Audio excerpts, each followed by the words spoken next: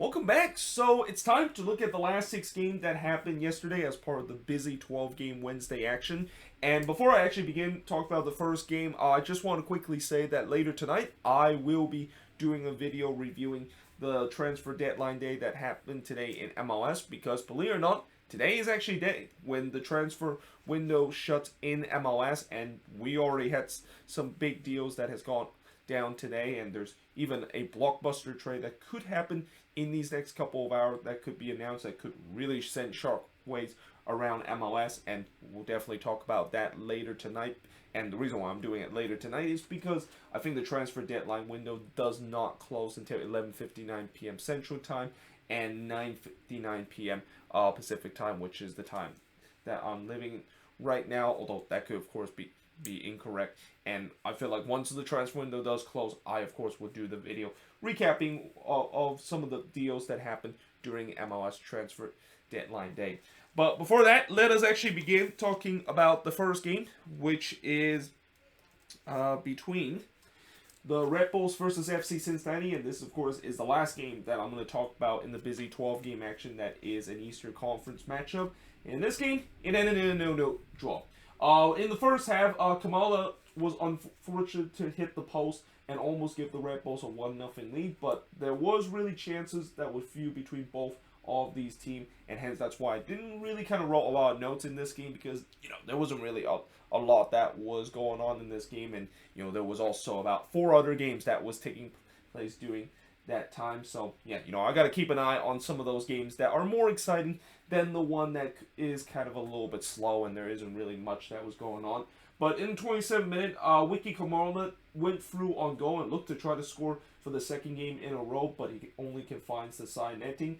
And at the end of the first half, it was 0-0 between the Red Bulls and FC Cincinnati. Now, in the second half, Vermeer was able to deny Cáceres, as on the follow-up, Kamala unfortunately missed wide before Vermeer denied Kamala in the 52nd minute. And then in the 58th minute, he absolutely robbed Cáceres Jr., who launched a long-range effort, and we know Cáceres Jr. can definitely launch those long-range efforts, but Vermeer was able to deny him from that. The Red Bulls were definitely hungry to get the opening goal. By the way, I feel like this was the best game that Kenneth Vermeer played for FC Cincinnati because he's definitely made some big saves that keep this one at 0-0, and probably is one of the big reasons why this game ended 0-0. Now, the Red Bulls, there were no doubt they were hungry for an opener. Vermeer would rob Fabio from close range in the 67th minute. And as the time winds down, the Red Bulls continued to find the opener. They had a couple of opportunities, but they weren't able to solve Vermeer and wasn't able to get that crucial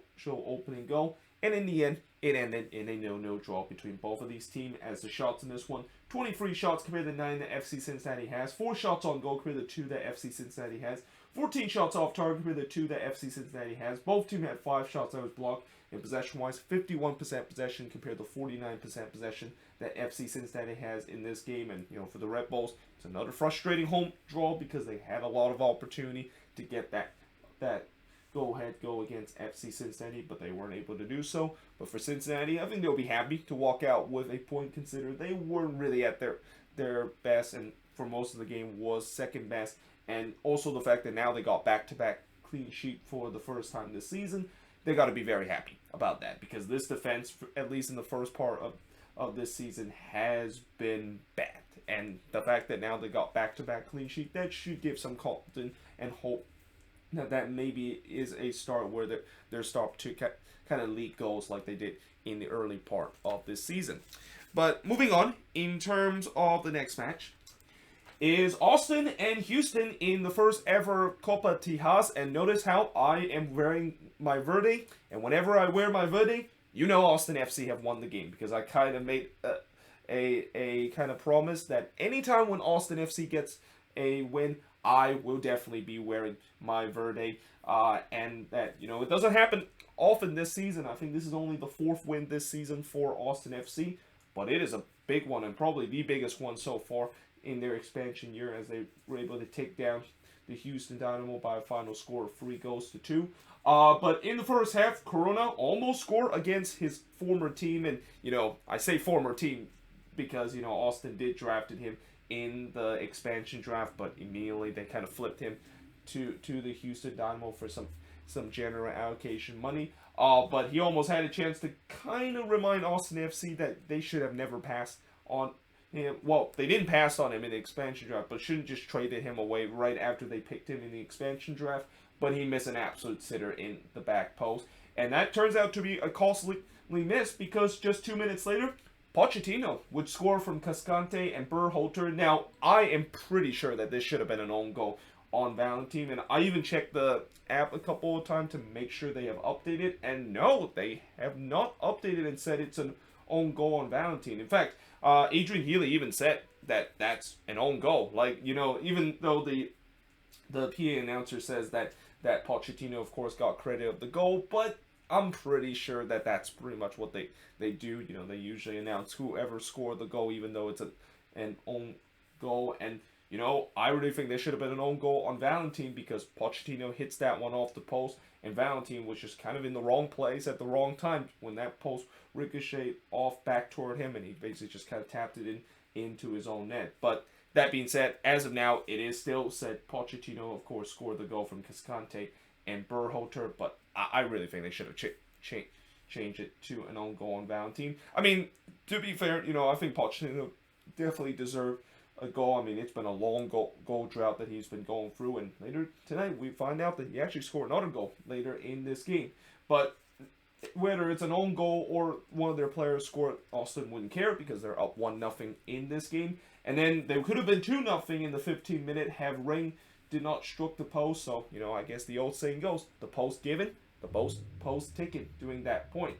But in the 20th minute, this is when one of the game-changing moments happened when Darwin Surin gets a straight red. And yeah, I mean, that is just as straight red as it goes. I mean, he basically elbowed Sebastian Berhalter in the face. Now, I get that he did kind of get step on or Surin did kind of got stepped by Berhalter, but you cannot simply just elbow the player like that intentionally. Like, anytime when that happened, it is always going to be an automatic red, and I won't be surprised if Surin not only might get a suspension in the next game, but he might even get an additional game of suspension, because anytime when you have these kind of egregious kind of elbowing like that, the disciplinary committee is definitely going to come hard on it, and certainly he deserved it, because that is just a very dirty move from Darwin Surin, and it now means that the Dynamo are going to be down to 10 men for pretty much the majority of this game.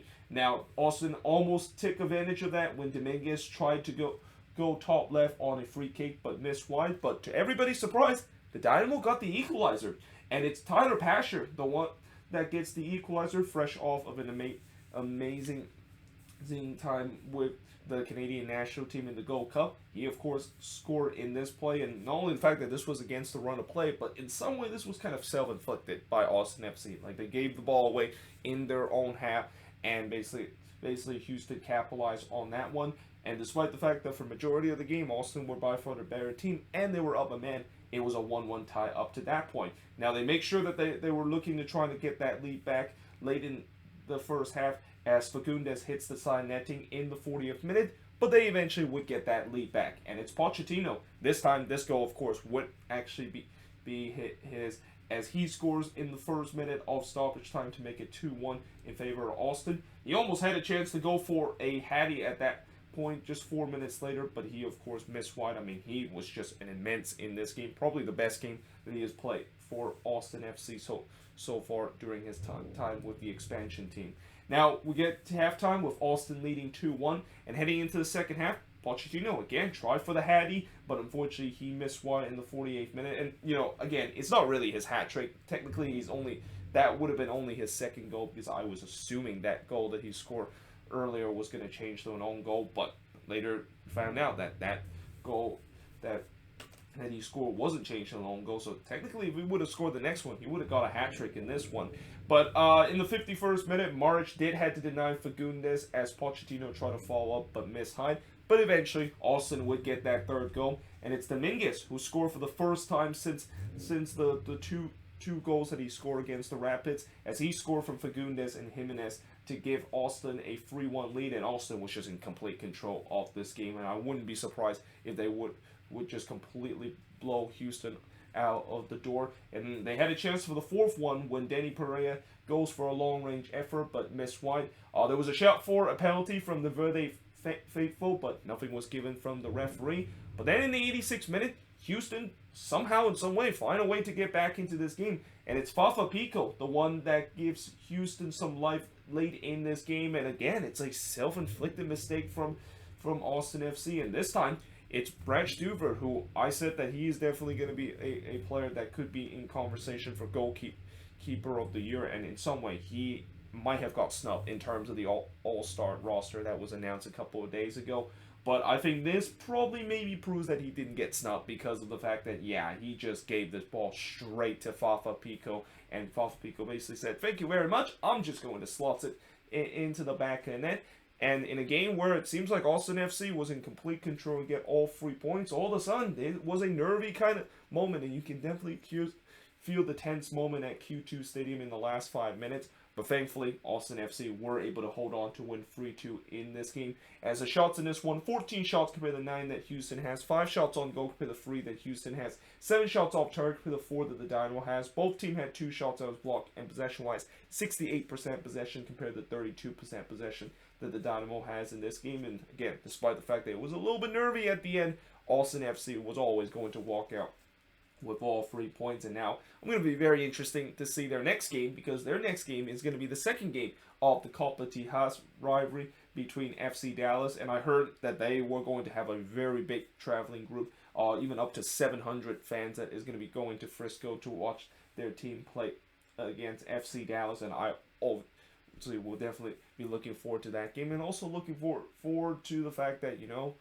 this is the thing that Austin FC can do. And, so far this season, we've seen that they have not only packed Q2 Stadium day in and day out, but they're also a very good traveling team with their fans. And, again, that's going to be very interesting to see when they play against Dallas. And I expect there's going to be a lot of Verde when that game is going to be taking place at Toyota Stadium. But for the Houston Dynamo, this was always going to be a loss as soon as that red card happened, and they have nobody to blame but themselves because of that. And in some way, the only reason why they got back into this game is because Austin kind of was a little bit kind to them, giving them a couple of goals to give them false hope. But it always felt like they were not going to win this one with the red card that happened early in this game. But now moving on, in terms of the next match, is Seattle. So the Sounders are definitely in a rough patch. This is now 4 out of their last 5 games that they weren't able to get a win. And, coming into this game against FC Dallas, and I said before, Dallas is a team that when they do play against tough teams, for whatever reason, they always put up a good fight. And in this game, it definitely looked like the majority of this one, the Sounders were going to walk out with an easy victory, because they pretty much dominate Dallas for 75 minutes. Until the last 15 minutes happened, where inexplicably the Sounders decided to just kind of sit back and let Dallas kind of get back into this game. And that's very unlike Brian Schmetzer kind of team. And also kind of just explain why, the Sounders, after that incredible run that they had, it's been kind of difficult for them to really get themselves back to the good form that they were in the 13-game unbeaten streak to start the season. Now, in the first half, unsurprisingly, a lot of possession for the Sounders early in this game, but it was actually Dallas, the one that got the first real opportunity, as Quignon trying to blast one from long range, but he puts that one high. Before Maurer was able to deny João Paulo in the 12th minute. Then Paulo unfortunately hit the post on the header in the 14th minute, but it was just non-stop pressure from the Sounders up to that point. Like, it was wave after wave of attack, and you just kind of sensed that the Sounders were going to get that opening goal soon. Maurer then denied Montero in the 37th minute from close range.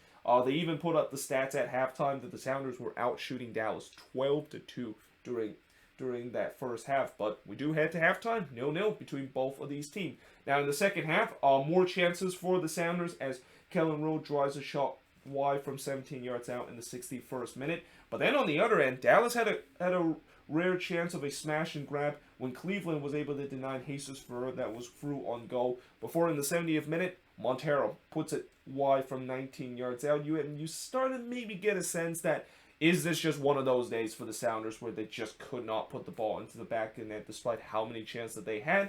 Well, that kind of faults was all put to aside, because just 1 minute later, after Montero puts it wide from 19 yards out, he would score from João Paulo to finally give the Sounder a well-deserved 1-0 lead. And you can definitely hear the relief at Lumen's Field. Like, they were waiting to celebrate for that opening goal, and they finally got to do so. And yeah, the Sounders were up 1-0 at that game, and you're thinking, well, it's game over pretty much. I mean, it's just always feel like if the Sounders can get that opening goal, they look like most likely is going to run away with this game, right? Well, not exactly, because Dallas decided to kind of bring on the cavalry, and Luchi Gonzalez decided to bring on pretty much his best attacker for the last 15 minutes and to really go for it. And that was kind of the case. You know, the Sounders, again, this is very uncharacteristic of them, just kind of holding on for the last 10 minutes of the game. And it's not like the fact that they were having kids in this game and they're just kind of holding on for dear life. You know, when I look at the roster that the Sounders had,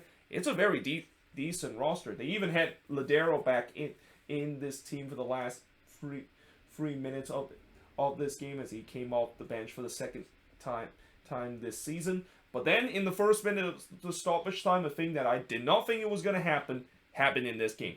Dallas would get the equalizer, and it's Frank O'Hara that scored from Burgess to tie the game up at 1 apiece to completely stun the 30,000 that was at Lumen's Field. There was a shout for a penalty from those faithful at Lumen's Field, but unfortunately, nothing was given during that point. And in the end, Dallas walked away with a 1-1 draw, and now the Sounders have gone 3 games without a win at Lumen's Field. That does not happen very often. In fact, it's been a while since I remember the Sounders have struggled that much at home. Probably ever since 2017.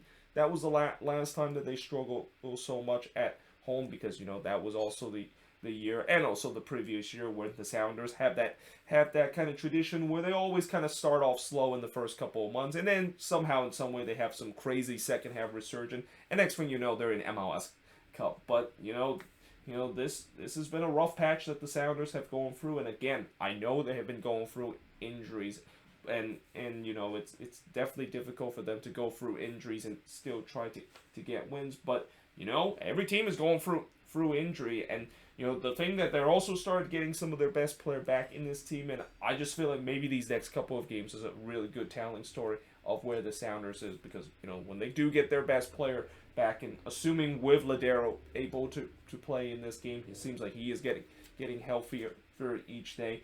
You know, there's really no excuses for the Sounders to continue to struggle, because you know, I can't believe that earlier this season, when we thought that they were just an unstoppable force and they're pretty much on another planet, they definitely have came back down to earth in these last four games, and it's, you know, it's going to be up to them to try to turn things around, and I'm going to assume that they will. I mean, this is a team that have shown in the past, whenever they go through a tough patch, they would get out of it, but as of now, it's still kind of you know, I won't say it's doom and gloomy, but it's kind of a little bit reminder that not everything is going to be rosy throughout a season, and that's kind of the thing that every MLS team does go for. Like, no MLS team is going to have the entire season where everything is gone right. There's going to be at least some times that they're going to go through a rough patch, and it seems like that's what the Sounders are going through right now. But for Dallas, again, you know, they somehow were able to get a point against a top team, and you just wonder, you know, they hope that they can play the best team in the league for the rest of the season, because if they can do that, you know, they could definitely make themselves in the playoffs. But unfortunately, that's not how it works, and you know, that's also going to be something that's going to be frustrating if you're a Dallas fan, because if you can play that well against tough team, then how in the world are they keep dropping points against team that is like below them or at the same level that they are in the standings? But now moving on, in terms of the next match, is going to be the Galaxy and RSL. Now, this game was relatively even, and I think in some way this game could have ended in a draw if RSL was maybe being a little bit more clinical, or maybe even they could have won this game if they would have been a little bit more clinical. But really, the storyline of this game is that the Galaxy just did enough in terms of their finishing and were able to walk off with a 1-0 win against RSL. Now, early in this game, there was a couple of half chances for both teams, but nothing really troubled the goalkeeper. McMath then denied Sasha Kleshin from long range in the 16th minute before Carroll thought that he was able to score a a goal, but unfortunately that goal was disallowed for offside because, yeah, Cabral, he's not allowed to score a goal. He is one of the most cursed number 9 in the league right now, and it kind of continued throughout this game. But in the 23rd minute, Grandsir fired one high in that, but I also kind of thought that most of the Galaxy chances really wasn't because of the fact that they were doing very well in the build-up, but it was all because of a mistake that RSL has where they turn the ball over in their own half, and that has to be an alarming kind of stats if you're an RSL fan, seeing your team kind of just self-inflicted wounds to give the Galaxy chances to get the opening goal. But that being said, they also had their first real chance in the 33rd minute when Bobby Wood fired one high on a turnaround shot before McMath had to deny Sadania from the near post. And despite the fact there was a lot of chances for both of these teams, we had to halftime 0-0. But heading into the second half, it wouldn't be 0-0 any longer because in the 53rd minute, Alvarez would score from Sasha Kleshin to give the Galaxy a 1-0 lead. Now, there was definitely a hint of offside, and I think it was, is it Sasha Kleshin or Alvarez the one that kind of makes the run that they basically was in an offside position, but either way, they only show one replay, and I didn't really kind of get it. It wasn't a really good camera angle to show whether or not if it's an offside or not, and they also, I don't think, went to VAR to check to see whether or not if it's offside or not. But nevertheless, the goal, of course, was given, or the goal, of course, was stamped because they didn't even go to VAR, and I'm pretty sure some RSL fans are going to be a little bit annoyed. The fact that they didn't go to VAR to check to see a goal that was very close to being offside. And now, I also would say that now you know how I feel when I saw that game on the weekend between Minnesota and Vancouver. Yes, I'm still talking about that game, and even though I'm kind of a little bit over with that game, it is still very fresh in my mind that I'm still kind of fuming about what happened during that game. Now, in the 60th minute, Alvarez did try to go for a second goal, but he is denied by McMath before Herrera fired one wide from 22 yards out. And this is when RSL really started to dominate possession and really started to try to get the equalizer. And it seems like the Galaxy was trying the same tactics the Sounders were doing, which is try to hold on to a 1-0 lead in the last 20 minutes. Bond was able to deny Rusnak from close range in the 76th minute before McMath absolutely robbed Cabral. And, as I said, Cabral not allowed to score a goal, even when he's wide open in the box, and he could have easily finished this game off. He somehow puts it straight to Zach McMath to keep this game at 1-0. And then as the time winds down, with RSL really looked like they were going to get the equalizer, they could have done so in the 3rd minute of stoppage time when Jonathan Bond was able to tip Krylak header over the bar. But in the end, unlike the Sounders where they weren't able to hold on to a 1-0 lead late in the game, the Galaxy did.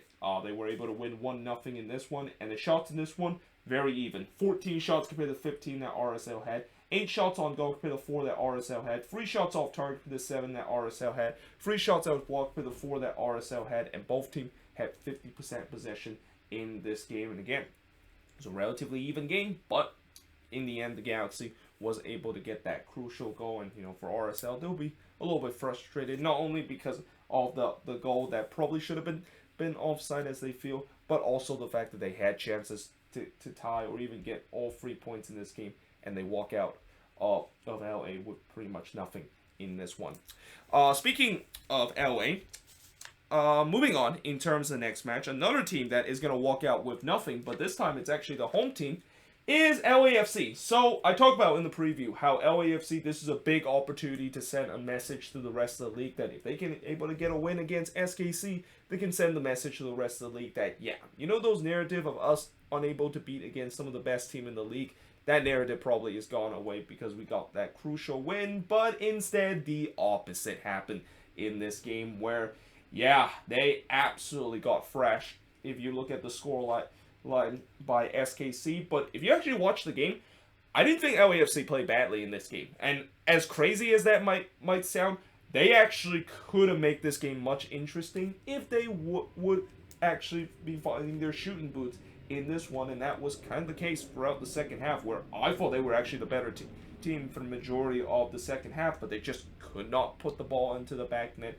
to make this game interesting. And oh, by the way, yeah, that first half happened where, yeah, SKC completely ran riot against LAFC, and something I don't think we have seen ever happen to an away team when they come to Bank of California Stadium, because despite the fact that there was an early chance for Kim Boon Kwan try to do a Rando Liao in the 3rd minute but missed wide, this is when SKC started to blitz LAFC. First, it was Polito, the one that gets the opening goal for Sporting KC. It was a mix-up at the back from LAFC, and I think Romero basically came off his lines, and I don't know if he realized that he was outside the box, but he was kind of trying to punch that one away. Now, of course, he didn't get to there. He actually collided to his own defender, but he actually punched that away. He would have got a red card for that, because that's outside the box. You cannot handle the ball as a goalkeeper from outside the box, but nevertheless, that was a huge mistake from the LAFC back line, and that gave SKC a 1-0 lead, and not long after, it will be 2-0 in favor of the visiting team.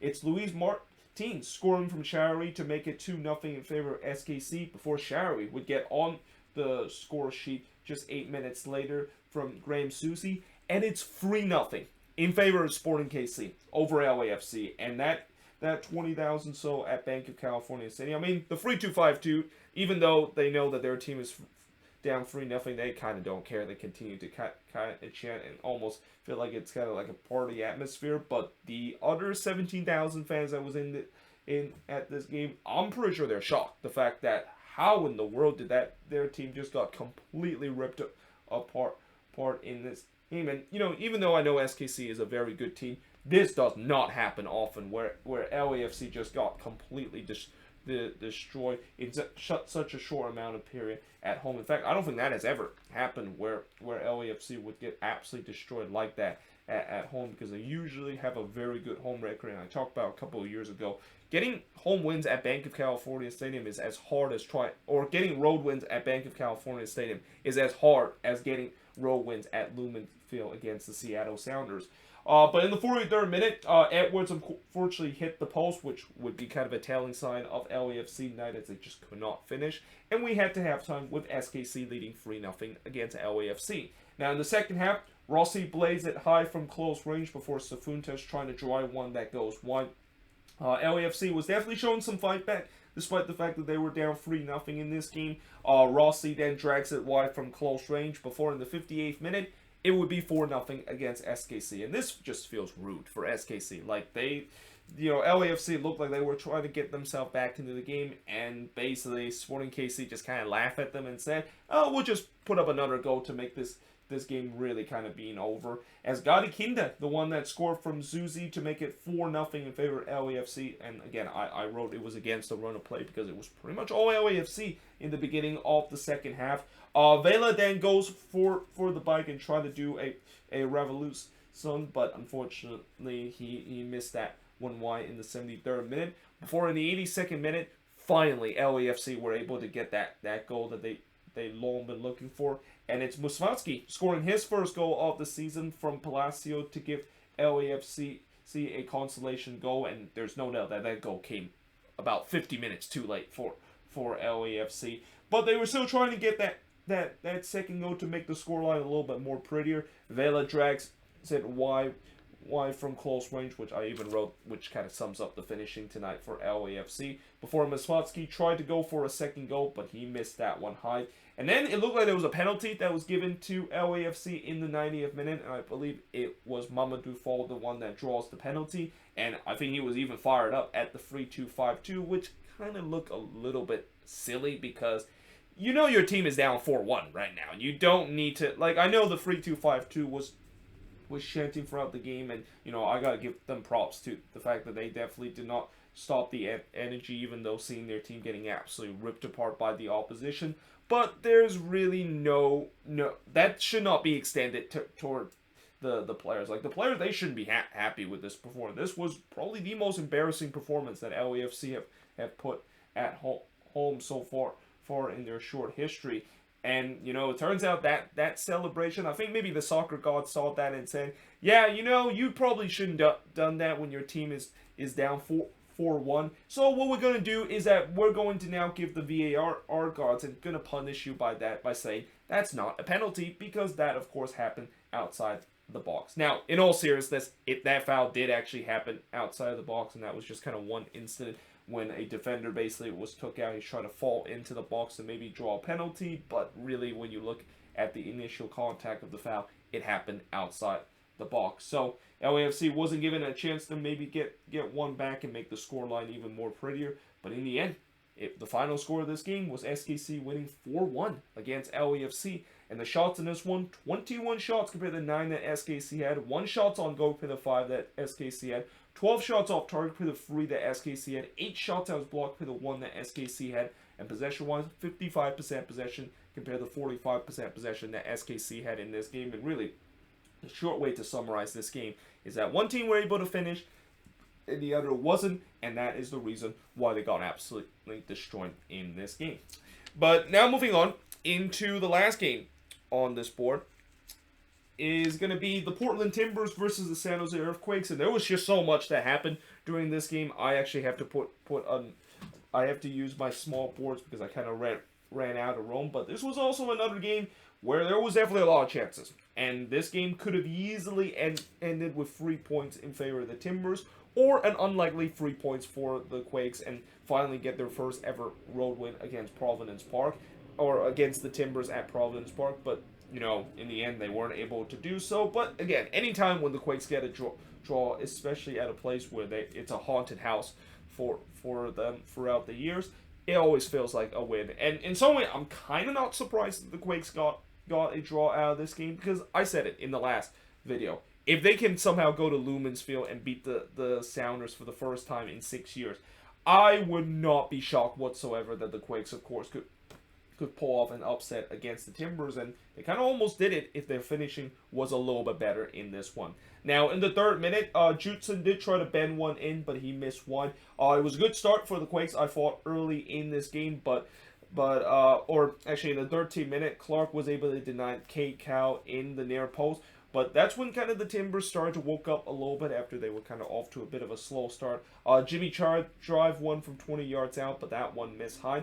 But the Quakes eventually would capitalize on their good start and get the opening goal, as Chofis, the one that gets the opening goal for the Quakes. But in many ways, this was an absolute gift from Steve Clark. Like, this ball was delivered in the box by Espinoza. You think it's an easy catch for Steve Clark, but inexplicably, he just kind of dropped the ball, and there's Chofis, the one in the right place at the right time to tap that one away. And yeah, that probably was not the best moment for Steve Clark, and I even wrote he definitely want to have that one back, because that should have been an easy catch for him, and especially with the caliber of a goalkeeper he is, it is not very often you see that kind of mistake made by Steve Clark.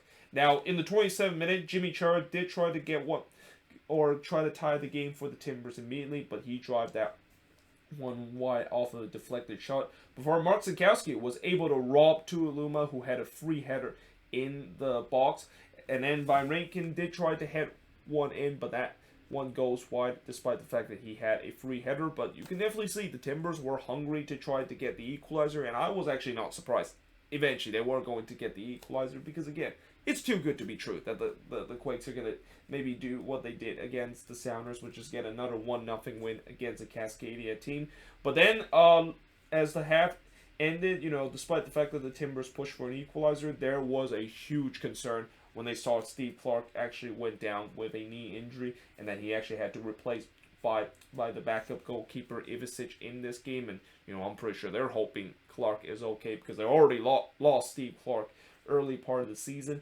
They definitely do not want to have that happen again, and not want to have that situation where they had to rely on an emergency goalkeeper because of the fact that so many of their goalkeeper went down with an injury. Like, this team so far this season, the Timbers, they are probably the most cursed team this season in terms of injuries. Like, just as you thought that they maybe get their team back to full strength, there's another injury that happened to one of their key player, and, you know, hopefully Steve Clark is going to be okay, because if he's not, then yeah, that's definitely bad news for the Timbers for the rest of the season. Now, to be fair, you know, despite the fact that Ivicic just came into this game, he was actually pretty sharp in this one, and he actually had his first big test just a couple of minutes after he came on, but he was able to absolutely rob Espinoza as he went through on goal. And then at before the halftime whistle, the Timbers finally got the equalizer. It's Felipe Mora that scored from Tuiluma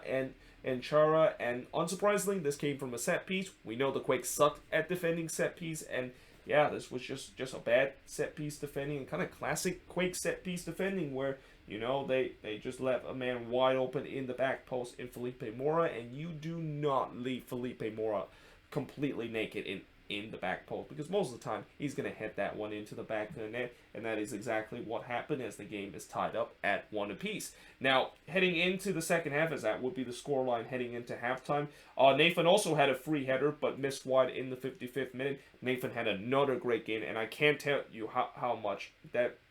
Now, I don't know if I said this before, how important that signing is for the Quakes. Like, I think a couple of weeks ago, I know a lot of people would have thought that the signing of Nathan was kind of an afterthought signing, but so far he has been an absolute rock in that defensive area. Kind of almost reminder of when the Quakes signed Florian Youngworth, and this is when Youngworth before started to become old and kind of look like washed up in these last couple of years. But yeah, Nathan has been just an absolute revolution of a signing, and in some way he's kind of the reason why the Quakes have not been leaking goals like crazy. Like, when you look at these last couple of games, and even during this unbeaten run that is now at 6 games for the Quakes, they have not conceded a lot of goals. In fact, I think they only conceded 2 goals during this 6-game unbeaten streak that they've been on, and that was the one that started this 6-game unbeaten streak against Minnesota United. But ever since, their defense, this has been probably the most solidified defense I've seen the Quakes have in a very long time, and certainly under Almeida. But in the 57th minute, Asprilla did win through on goal, but he hits that one wide. Now, there was definitely a shout for a penalty from the Timbers fan when Asprilla basically hit that one wide. It looked like he kind of was brought down from Youngworth, and in some way, I think they have a right to be angry and have a right to say that should be a penalty, because I feel like Youngworth kind of got away with it. It was definitely a shove that kind of shoved Asprilla basically able to hit that one away. Now, if Asprilla did not connect toward that ball, I think maybe that they are going to call that a penalty, but maybe because of the fact that maybe the referee kind of got fooled by the fact that, with Asprilla diving forward, even though he was kind of getting pushed from behind and he hits that one wide, they thought that it was just kind of a regular kind of play. But that being said, if it is kind of an uncertainty kind of play, they should have gone to VAR to kind of check on it. And even though I was a Quakes fan, I was thinking that, yeah, I feel bad for the Timbers for that one, because I feel like they should have got a penalty on that one, and the Quakes no doubt got away with one over there. Now, as we wind down the last 30 minutes of this game, the Timbers continue to dominate possession while the Quakes were trying to sit back, and in some way the Quakes would try to give the Timbers a little taste of their own medicine and try to do something that a lot of teams used to do against the Timbers, where they know the Timbers are a team that is dangerous on the counterattack. So how do you, of course, try to compact that? Well, all you need to do is just try to sit back and kind of let them have all the possession and try to break you down. And at least for majority of the game, the Timbers, they did find some success in terms of breaking down this Quakes defense, but the problem is they just could not finish to get that crucial second goal. Jimmy Chara, of course, went through on goal, but he missed wide in the 64th minute before Ivicic was able to deny Espinoza in the near post. And then on the other end, Blanco was able to put one high from close range. And, this game kind of was on a knife edge, and it was really up for grabs for one of these teams to get that crucial second goal to get all 3 points. But in the 78th minute, Asprilla hits one wide from close range before Blanco did try to score the winner, but unfortunately he missed wide from a short-range effort. And this is when I have to bring off my small boards, and this is also when the game really started to turn into a war zone. Because in the 3rd minute of stoppage time, Diego Char would get his second yellow card of the game, and certainly I'm pretty sure the 20,000 or the 25,000 at Province Park were definitely happy about that one. All kidding aside, they were definitely angry about that, because the FU ref shed immediately rang out as soon as Char, of course, got sent off in that game. And in some way, I kind of feel like, I know Timbers fans were very upset about that, but in some way, when you saw how Char kind of stepped on one of the players for the Quakes, and especially the fact that, I know Char is a player that always goes for those non kind of, or not, or actually not, I actually can't think of that word. I actually thought I followed that word that I was going to say, but now my brain for some reason couldn't think of the way. But what I'm trying to say is he always be a little bit cynical in terms of those challenges. And anytime when you step on a player like that, you're definitely gonna get a yellow card. And with Chara being already on a yellow card, I think in the end it's kind of the right call that the referee made and give the second yellow card to Diego Chara, even though I know the 25,000 so at Province Park we're definitely not agreeing with that call. Now, that being said, one thing I will also say the ref did not do a good job in this game is he definitely kind of lost the plot a little bit late in this game, because there was another scuffle that kind of broke out, and you can definitely see there was definitely some tension between both of these teams. Like anytime when, and I kind of are not surprised by that, because anytime when you have a situation where one of your leader of the team gets sent off, and it's something that you feel like that shouldn't be the case. By the way, Giovanni Savarese, he actually sprinted to the fourth official, and he was having an earful at or he was giving the fourth official an earful with how he feels about that second yellow card, and I was kind of surprised. Maybe Savarese was going to get sent off, because when you are that upset, not only the fact that you may get a yellow card, which I'm assuming Savarese did receive late in the game, but you could easily get a red card and get ejected into the stands. But that didn't happen, and in some way that really kind of started out a bit of a war late in the game, which kind of turned this game very ugly. But after that little scuffle was over, Ivicic did tip Jacksonville shots over as the Quakes were looking to get a late winner. And then after the final whistle was blown, things continued to escalate.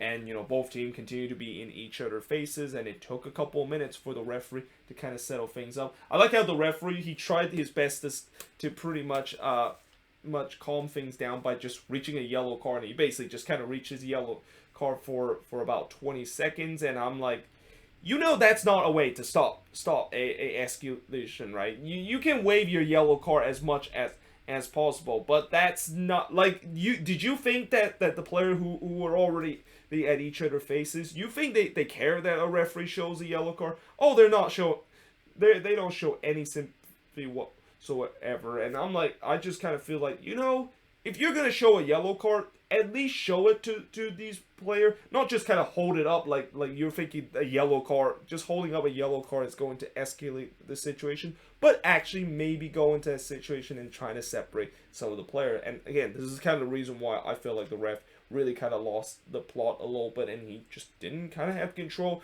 of this game, and it kind of go through the latter part of this game. Now, I also didn't check to see whether or not if there was maybe additional red card that was given late in the game, and I won't be surprised if that is the case, because that instant late in this game really got ugly. But in the end, it ended in a 1-1 draw between both of these teams, and the shots in this one, 21 shots compared to 13 that the Quakes had in this game, but the Quakes actually had more of the shots on goal. 8 shots on goal compared to 4 that the Timbers had. 13 shots off target compared to 4 that the Quakes had. 1 shot that was blocked for the 4 that the Timbers has. And possession-wise, the Timbers had more of the possession, 59% possession compared to 41% possession that the Quakes had in this game. And, at the end of the day, I think with the way that both teams didn't really have their shooting boots in this game, I think it was only fair the fact that it ended in a 1-1 draw. But in many ways, the Quakes still take it, especially the way that this has been a house of horror for the Quakes. And I think this is only like the third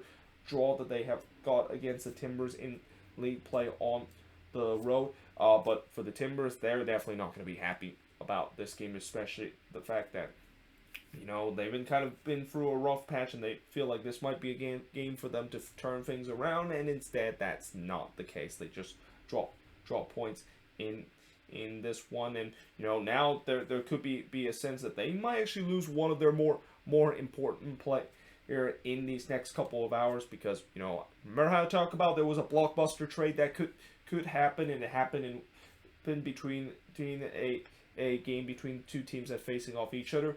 This is the one that is going to be the case, but I'll talk a little bit more about that because I don't want to kind of spoil the surprise. And when I actually also first saw this blockbuster trade, I was like WTF with all 4 question mark and 4 exclamation mark, because this is something I never thought the Quakes would be doing, even in the way that they are in right now, because this is something they just don't do, and it seems like that could potentially be happening happening in these next couple of hours. But again, I'll talk a little bit more about that later tonight. But anyway, hope you guys enjoyed this video. If you do, make sure you guys leave a like, smash the subscribe button. Let me know in the comments below what do you think of all 6 of these games that finish off of a busy Wednesday night action of MLS Matchweek number 17 midweek action. We got another 13 games that's going to be happening in terms of the weekend action, and I'll start doing the preview of that tomorrow. But until then, hope you guys enjoyed this video. If you do, make sure you guys leave a like, smash the subscribe button, and yeah, I, of course, will see you guys next time.